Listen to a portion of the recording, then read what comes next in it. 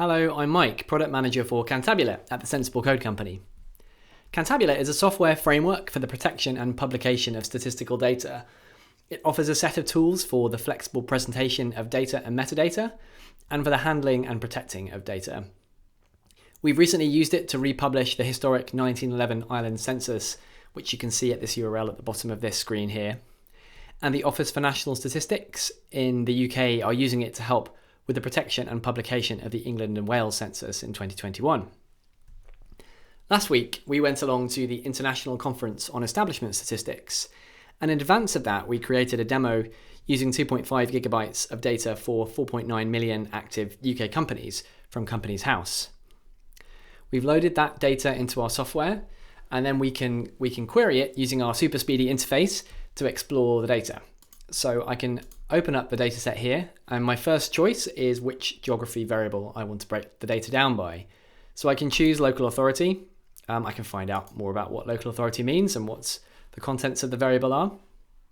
But once I've selected it, I can continue, and then I'm going to choose one particular local authority in London to have a look at. So I add that to my query, and then I can have a look at what the companies within that local authority actually do by using this standard industrial classification code. This is the simplest breakdown of that we have.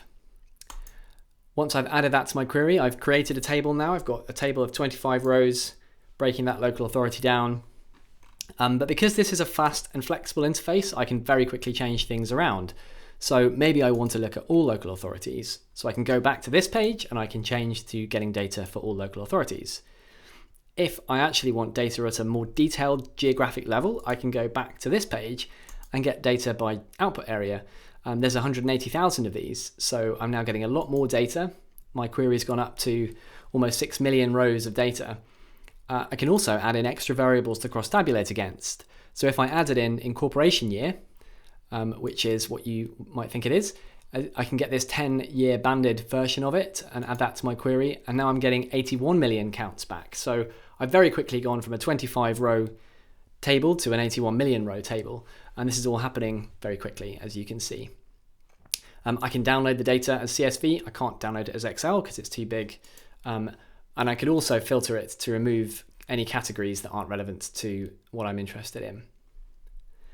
But as well as this flexible user interface, our software also offers an API which surfaces that same flexibility and speed to people doing their own analysis or creating their own visualizations. So this is an example we've created in a JavaScript notebook using a piece of software called Observable that connects to our API and visualizes the data on a map.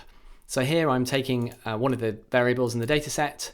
I can switch them around, and I can choose a particular category within a variable to visualize. And as I'm making these changes, it's firing off to our API in real time and doing all of the cross-tabulation of the data. Similarly, I could also create a different kind of visualization. And really, I've got the potential to create any kind of visualization on top of the data here. This one is looking at company SIC code by incorporation year. And I can see here this red slither that starts to grow. This is companies that are working in the information and communication arena, and that starts to grow from the 1980s onwards, as you might expect. So hopefully that's given you a little bit of a feel for our product and how it works. And it's showing this example as using a few of our components in the software, the interactive dissemination, the metadata, and our GraphQL API, all kind of building on top of this fast cross-tabulation algorithm. So thank you very much for watching, and please do get in touch with us if you have any questions.